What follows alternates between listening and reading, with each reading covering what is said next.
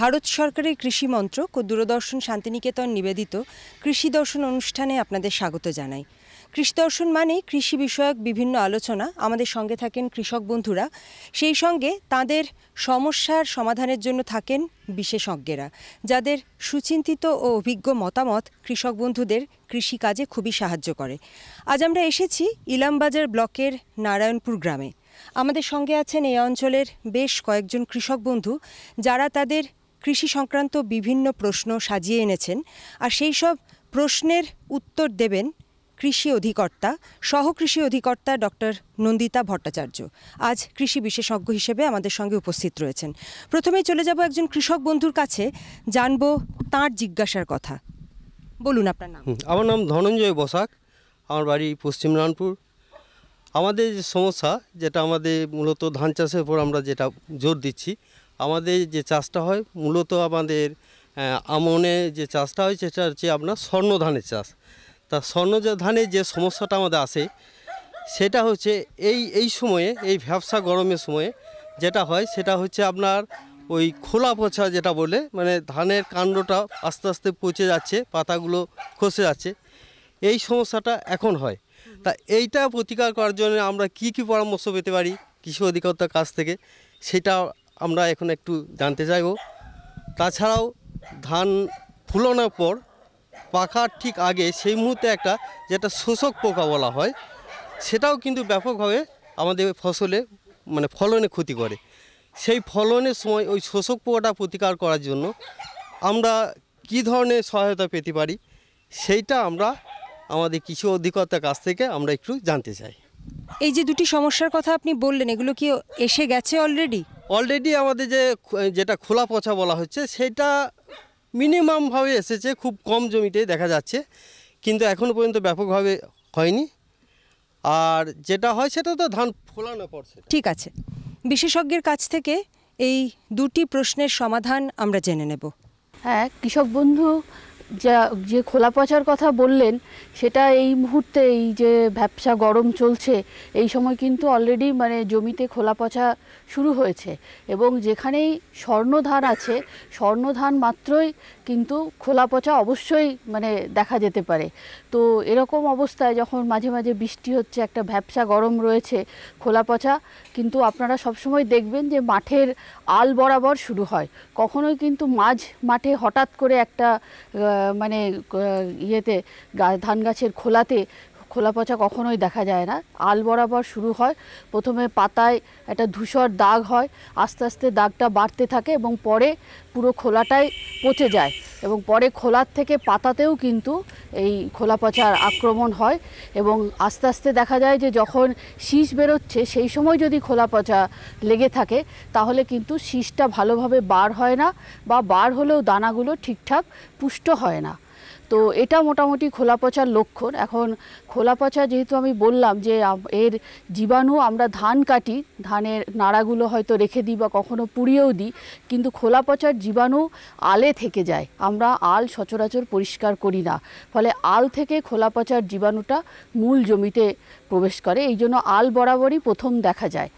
আর যে জমিগুলোতে বছরে দুবার ধান চাষ হয়, মানে আমনের পর আবার আমরা বোরো ধান করি, সেখানে কিন্তু খোলা পচার উপদ্রব বেশি দেখা দেয়। তাই মানে যতটা সম্ভব আমাদের আল পরিষ্কার রাখা উচিত, এটা একটা পরিচর্যামূলক পদ্ধতি। দ্বিতীয়ত বলবো যে খোলা পচা দেখা দিলে যদি মানে নাইট্রোজেন সার চাপান দেওয়া না হয়ে থাকে, ইউরিয়া চাপান দেওয়া না হয়ে থাকে, তাহলে কিন্তু ইউরিয়া চাপান বন্ধ রাখবেন। কারণ অনেক চাষিরই ধারণা আছে খোলা পচা দেখা দিলে আবার ইউরিয়াই ওনারা চাপান দেন। তো ইউরিয়া চাপান বন্ধ রেখে বিঘেতে 5 থেকে 6 কেজি করে পটাশ জমিতে ছড়িয়ে জমিটার মাটিটা একটু ঘেটে দিতে হবে, মানে মাঠে গিয়ে একটু হাঁটাচলা করলেই সেটা মাটির সঙ্গে মিশে যাবে। এতে হবে কি, গাছ পটাশ পাবে, গাছ আরও ডাঁটো হবে, শক্ত হবে, এবং খোলা পচাটা কিন্তু আর ছড়াবে না। আর এতেও যদি দেখা যায় যে খোলা পচার উপদ্রব বাড়ছে এবং সেটা আয়ত্তের মধ্যে নেই, তখন যে কোনো একটা ছত্রাকনাশক দেওয়া যেতে পারে। সেটা প্রপিকনা জল, যেমন টিল্ট, ধন, পিনাকল বা হেক্সাকোনা জল, কন্টাপ, সিতারা, এগুলো হচ্ছে 1 থেকে 1.5 ml প্রতি লিটার জলে গুলে ভালোভাবে স্প্রে করে দিতে হবে। তবে আমি একটাই বলবো যে প্রথমেই ওষুধে যাবেন না, বিঘে প্রতি 5 থেকে 6 কেজি করে পটাশ দিয়ে ঘেটে দেবেন। এতে এই আপনি বললেন যে সবে শুরু হয়েছে, এতে কিন্তু খোলা পচাটা মানে আয়ত্তে আনা যাবে।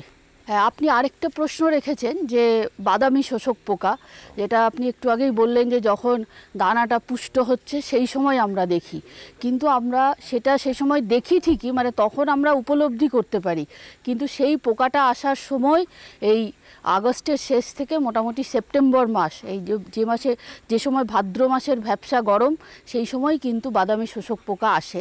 তবে প্রথমেই আমাদের এটা ঠিক গোচরে আসে না, কারণ এই পোকাগুলো খুব লাজুক টাইপের।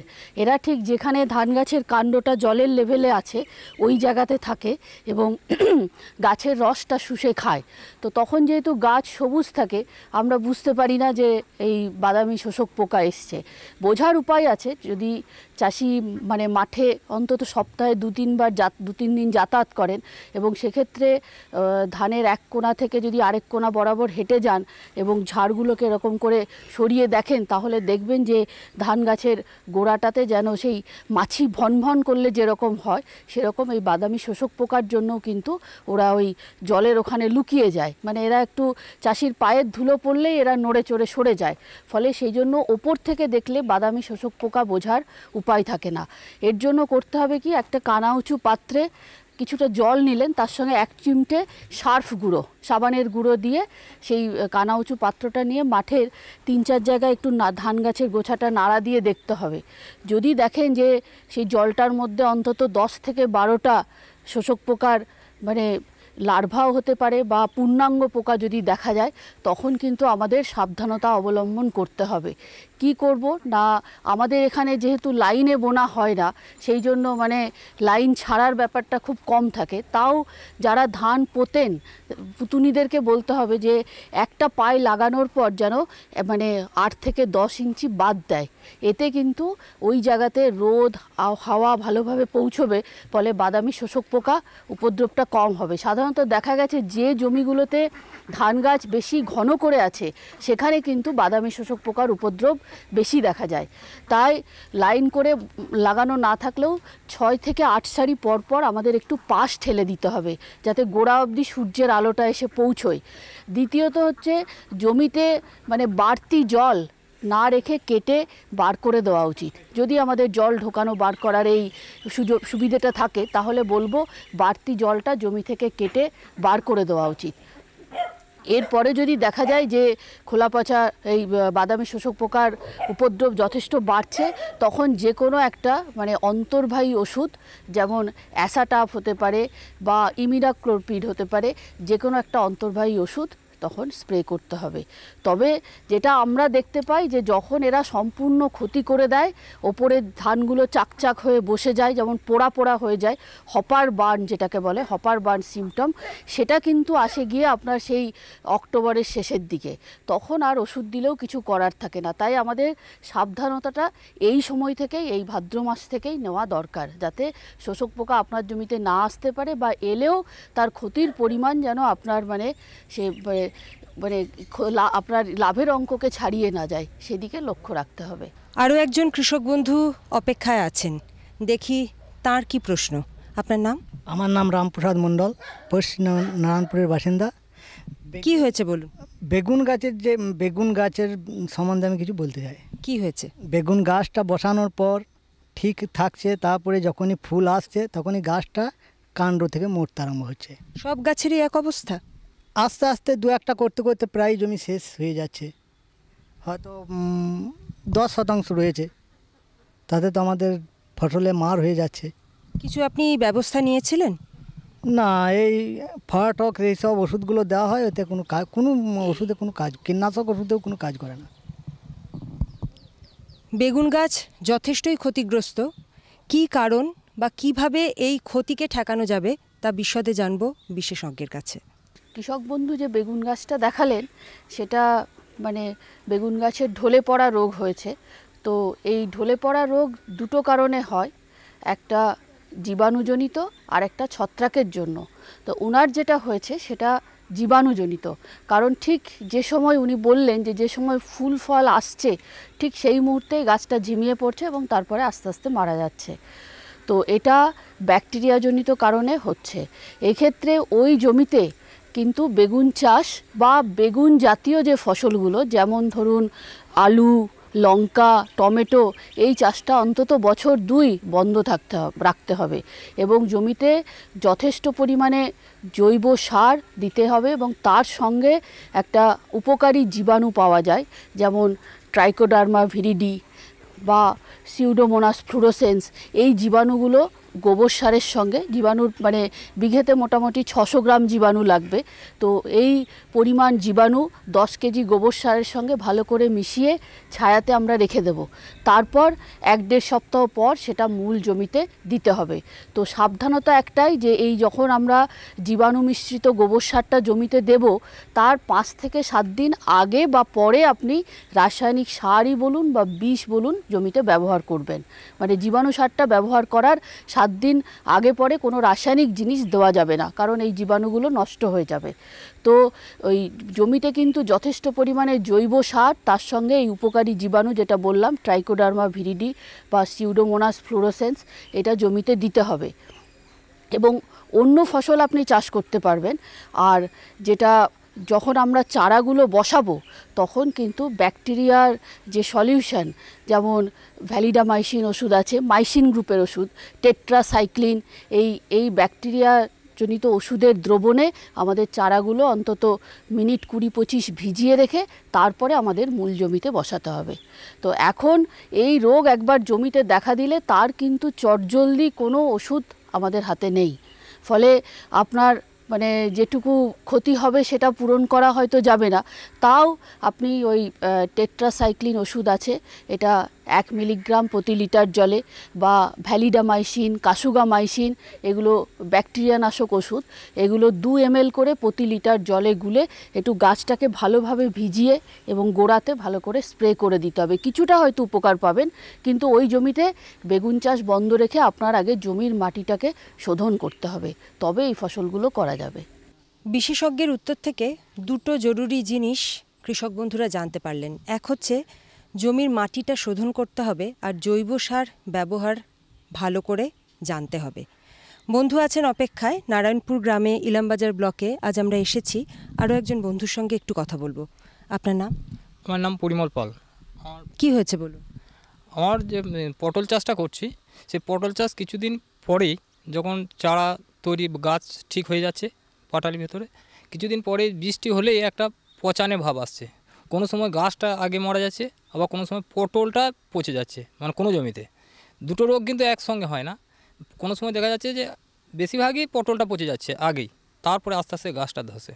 বৃষ্টি যখন হয় তখনই? তখন। বাকি সময়টা? আর শুকনোতে তখন গাছটা চলে যায়, গাছটা মরা মতন হয়ে যায়, কিছু দূর থেকে লতটা পরেই মরা আরম্ভ হয়ে যায়, মানে যে শুকনো ভাবটা চলে আসে।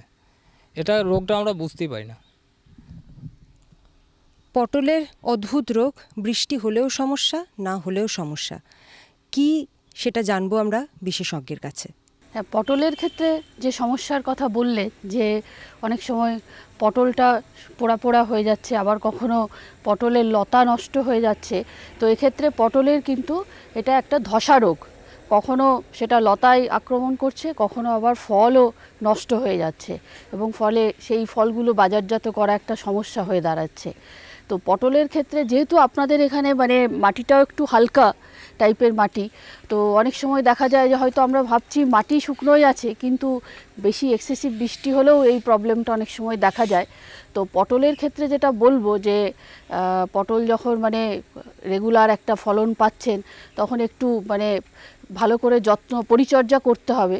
এবং পটলের ক্ষেত্রে যেটা আছে যে এই যে মিশ্র যে ছত্রাকনাশকগুলো আছে, যেমন কার্বানডিজম প্লাস ম্যানকোজেব বা মেটালাক্সিল প্লাস ম্যানকোজেব, যেটা ম্যাটকো, রিডোমিল, মাস্টার এই নামে বাজারে পাওয়া যায়, এগুলো কিন্তু মানে এই যে যখন আপনি দেখছেন যে একটা দুটো পাতায় বা লতাতে ধসা শুরু হয়েছে, এটা প্রিকশনারি মেজার হিসেবে আপনাদেরকে দিন 10-15 পর পর মাঝে মাঝে একবার করে দিয়ে যেতে হবে।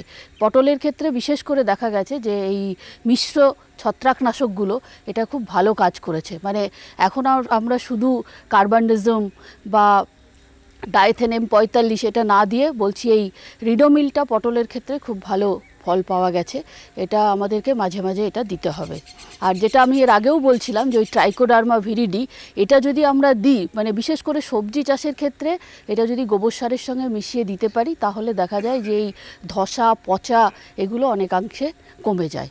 কিন্তু আমাদের যেহেতু জৈব সারের ব্যবহার কমে গেছে, তাই আজকাল এগুলো মানে ব্যবহারটাও অনেকটা কমে গেছে। কিন্তু এটা যেহেতু আপনারা 12 মাসই সবজি চাষ করেন, এটা দিতে হবে। যে কোনো সবজি হোক বা অন্যান্য ফসলের ক্ষেত্রে একই কথা বলা হয় যে শুধু লাগালেই হলো না, তার যত্ন বা পরিচর্যা কিন্তু ঠিকঠাক করতেই হবে। যে কথা একটু আগে বিশেষজ্ঞ আমাদের কৃষক বন্ধুদের মনে করিয়ে দিলেন। আপনার নাম? উদয় মণ্ডল, পশ্চিম পুরাপুর। কি হয়েছে বলুন, কি সমস্যায় পড়েছেন? এই নারকেলের যে আপনার যে প্রথম থেকে যখন ফলটা ধরছে তখন একটু বড় হচ্ছে, বড় হওয়ার সঙ্গে সঙ্গে যখন ঠিক একটা পরিণত অবস্থায় আসছে তখন নারকেলটা ফেটে যাচ্ছে এবং নারকেলটা চারিদিকে একটা রিং হয়ে যাচ্ছে।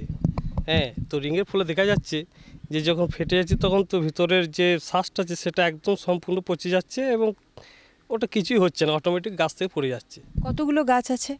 গাছ তা আমার 10-12টা এরকম আছে। সব কটাতেই এরকম? সব কটাতে এরকম, এবং কি 2-1টা গাছে তো ছোট অবস্থায় ফলগুলো পড়ে যাচ্ছে। তো এই যে যখন দেখলেন আপনি যেরকম একটা সমস্যা শুরু হয়েছে, আপনি কিছু চেষ্টা করেছিলেন? চেষ্টা করেছিলাম, হ্যাঁ। তো এমনিতে সেরকম কোনো ওষুধ প্রয়োগ করিনি, এমনি জৈব সার একটু রাসায়নিক সার প্রয়োগ করেছিলাম, জাস্ট এই পর্যন্ত, আর কিছু না। খুব সামান্য পদক্ষেপ নিয়েছিলেন বন্ধু, কিন্তু তাতে যে খুব লাভ হয়েছে তা নয়। জেনে নেব আজকের কৃষি বিশেষজ্ঞ ডক্টর নন্দিতা ভট্টাচার্য কি বলেন সে বিষয়ে। কৃষক বন্ধু নারকেল গাছের যে সমস্যার কথা বললেন, এটা আমাদের এই পশ্চিমবঙ্গের মাটিতে খুব মানে সাধারণ সমস্যা। প্রথমত উনি দুটো ব্যাপার বললেন, একটা ছোট অবস্থাতেই ফল ঝরে যাচ্ছে, আর দ্বিতীয়ত হচ্ছে যদি বা কোনোটা টিকছে, সেটা টেকার পরেও কিন্তু আমরা ঠিকঠাক পরিপুষ্ট নারকেল বলতে যেটা বুঝি সেটা পাচ্ছি না। তো দুটো ক্ষেত্রেই আমাদের যে পরিচর্যার ব্যাপারটা অনেকটা একই। নারকেল গাছের ক্ষেত্রে পটাশ এই খাবারটা খুবই জরুরি, এবং পটাশ নারকেল গাছের ক্ষেত্রে তুলনামূলকভাবে একটু বেশিই লাগে। আর যে অনুখাদ্যটা নারকেল গাছের ক্ষেত্রে দরকার সেটা হচ্ছে বোরন বা সোহাগা। তো আপনি যেটুকু শুনলাম যে আপনি গোবর সার দিয়েছেন, রাসায়নিক সারও দিয়েছেন, তো আমার মনে হয় আপনি হয়তো 10-26 দিয়েছেন। 10-26-এ পটাশ আছে, কিন্তু নারকেল গাছের ক্ষেত্রে আলাদা করে গাছ পিছু আরও 1 কেজি করে আপনাকে পটাশ বাড়তি দিতে হবে। আপনি গাছের যা বয়স মোটামুটি 10 বছর, তো সেক্ষেত্রে আপনি গাছ পিছু গোবর সার দিন 1 ঝুড়ি করে, 10-26 1 কেজি করে, তার সঙ্গে বাড়তি 1 কেজি পটাশ অবশ্যই দিতে হবে। এবং আর যেটা করবেন যে গাছ পিছু 100 থেকে 150 গ্রাম বোরাক্স বা সোহাগা, যেটা আমরা বাজারেও কিনতে পাই, তো এটা গাছ পিছু দিতে হবে। তাছাড়া নারকেল গাছের ক্ষেত্রে একটা আলাদা খাবারও পাওয়া যায় যেটাকে বলে মাল্টিপ্লেক্স কোকোনাট, সেটাও গাছ পিছু 100 গ্রাম করে দিতে হয়। যদি এটা না পান দরকার নেই, আপনি 10-26 পটাশ তার সঙ্গে বোরাক্স বা সোহাগা আলাদা করে গাছ পিছু 100 থেকে 150 গ্রাম দেবেন। দেওয়ার সময় হচ্ছে যদি দুটো ক্ষেপে দিতে পারেন, একটা বর্ষার আগে আর একটা বর্ষার পরে, তাহলে খুব ভালো হয়। যদি না সম্ভব হয় তাহলে বর্ষার পরে, মানে এখন যেটা সময়, এই বর্ষার পরে একবার অন্তত দেবেন। এবং দেওয়ার নিয়ম হচ্ছে যে গাছের যতটা পাতা মেলেছে, গাছের যতটা ক্যানোপি ছড়িয়েছে, তার ঠিক হাফ দূরত্বে মাঝে মাঝে ওই রিংয়ের মতো গর্ত খুঁড়ে, বা যদি সেটা সম্ভব না হয় কয়েকটা গর্ত খুঁড়ে সেখানে আমাদের সারটা দিতে হবে। কারণ দেখবেন ওই এলাকার যে শিকড়গুলো সেগুলো একটু গোলাপি গোলাপি রঙের, ওগুলো হচ্ছে তাজা শেকড়, অ্যাক্টিভ শেকড়, খাবারটা ওরাই ঠিকঠাক সংগ্রহ করতে পারবে। তাই ওই এলাকাতে আপনাকে সারটা দিতে হবে। গাছ থেকে মোটামুটি ওই মানে 1.5-2 ফুট দূরে রিংয়ের মতো গর্ত খুঁড়ে, বা যদি খোঁড়া সম্ভব না হয় জায়গায় জায়গায় খুঁড়ে আপনাকে সারটা দিতে হবে। যেটা অবশ্যই বর্ষার পরে, কারণ বর্ষার সময় দিলে ধুয়ে চলে যেতে পারে। তো এটাই দেবেন। বাড়তি পটাশ দিলে 1 কেজির জায়গায় 1.5 কেজি পটাশ হলেও কোনো ক্ষতি নেই, কিন্তু নারকেল গাছে ওই যে ফল ফেটে যাওয়া, এটা কিন্তু পটাশের জন্য আর বোরনের জন্য। শ্যামু ভাই, সরকার বলছে যে পূর্ব ভারতে দ্বিতীয় হরিত ক্রান্তি আসবে। আরে সে তো পাঞ্জাব হরিয়ানায় হয়েছিল, এখানে তো শস্যের উৎপাদনও কম। সরকারের কথায় কিছু তো সত্যতা হবে। আসলে এখানে বৃষ্টির 3 গুণ হয়। চলো বৈজ্ঞানিকের নম্বর লাগানো যাক। আরে বাহ, এসে গেছেন। নমস্কার প্রধানমশাই। হ্যাঁ ভাই, উর্বর জমির মূল্যকে বোঝো, শুধু প্রয়োজন সঠিক ধরন আর প্রযুক্তি গ্রহণ করার। পূর্ব ভারতে সরকার কম গভীর নলকূপ আর বোরওয়েলের নির্মাণের জন্য সহায়তা দিচ্ছে। কিন্তু সরকার থেকে আর কি পাবো? ভরপুর সাহায্য, জমির প্রস্তুতি থেকে নিয়ে ফসলের কাটাই পর্যন্ত প্রযুক্তিগত পরামর্শ। 1000 হেক্টয়ারের অজস্র এলাকায় চাল আর গমের বিশেষ প্রদর্শনী চলছে। আরে বাহ, তাহলে তো আমাদের ক্ষেত সবুজে ভরে উঠবে। এই স্বপ্ন কি সত্যি হবে? হ্যাঁ নিশ্চয়, পূর্ব ভারত এখন হরিত ক্রান্তির অগ্রদূত। আসুন একসাথে মিলে কদম বাড়ায়।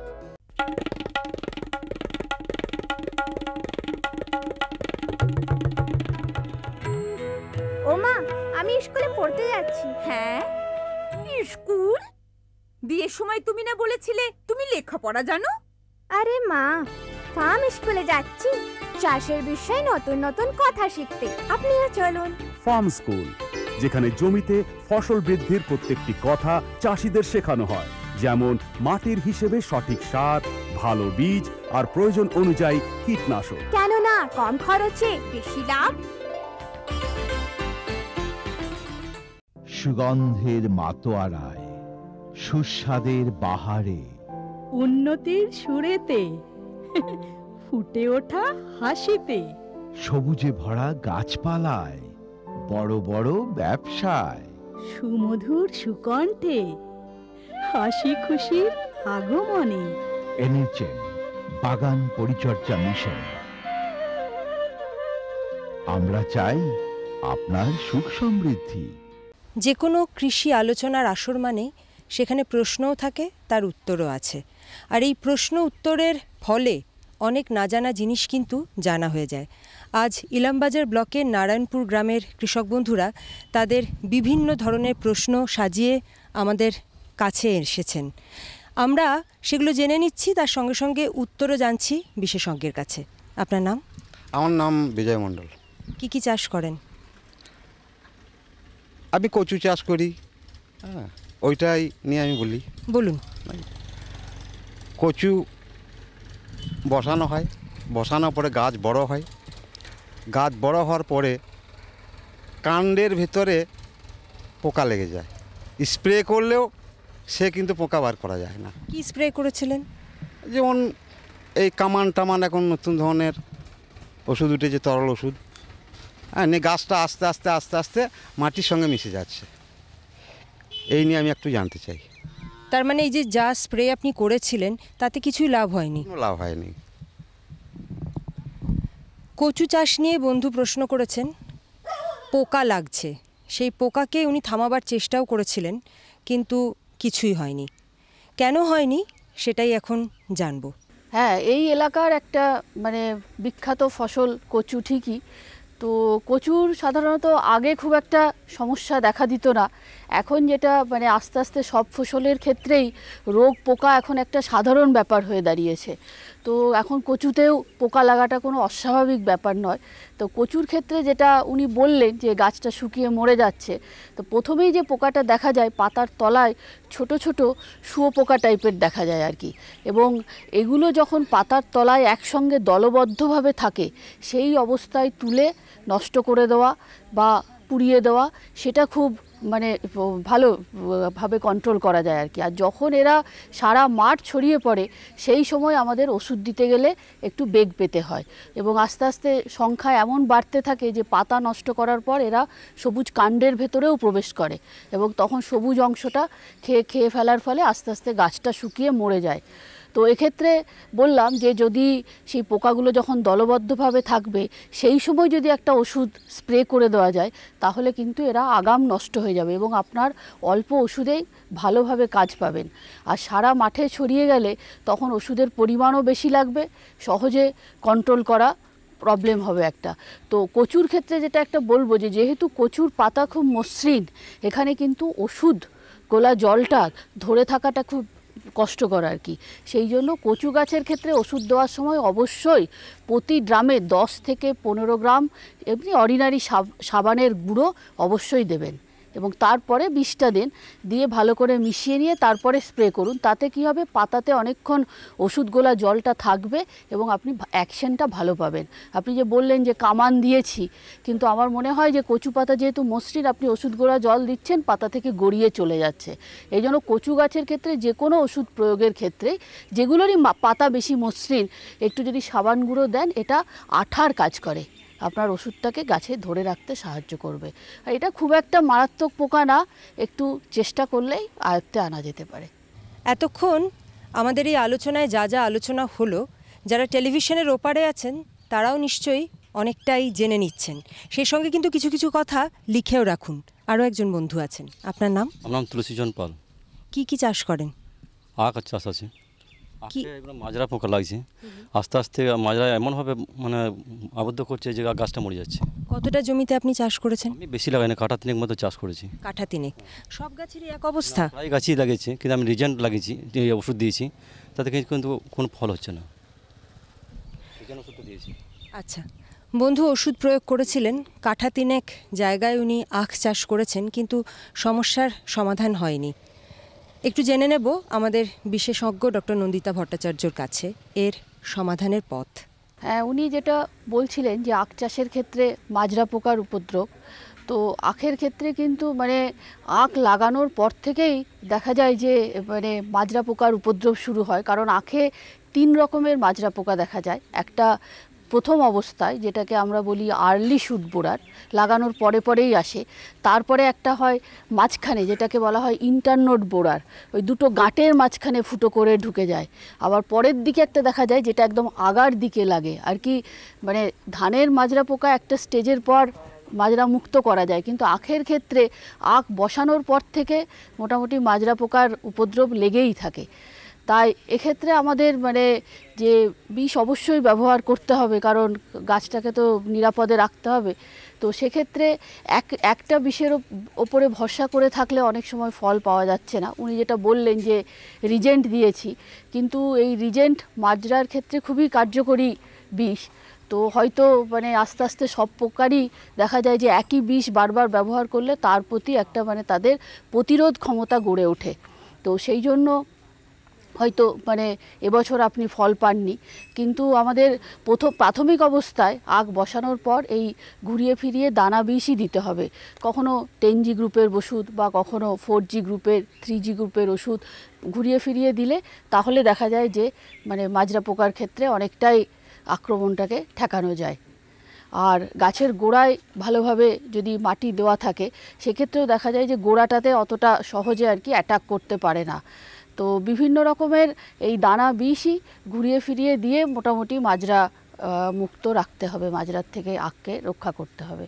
কথায় কথায় সময়টা কোথা দিয়ে পেরিয়ে যায়, কিন্তু যতটা জানতে ইচ্ছে করে ঠিক ততটা জানা হয় না।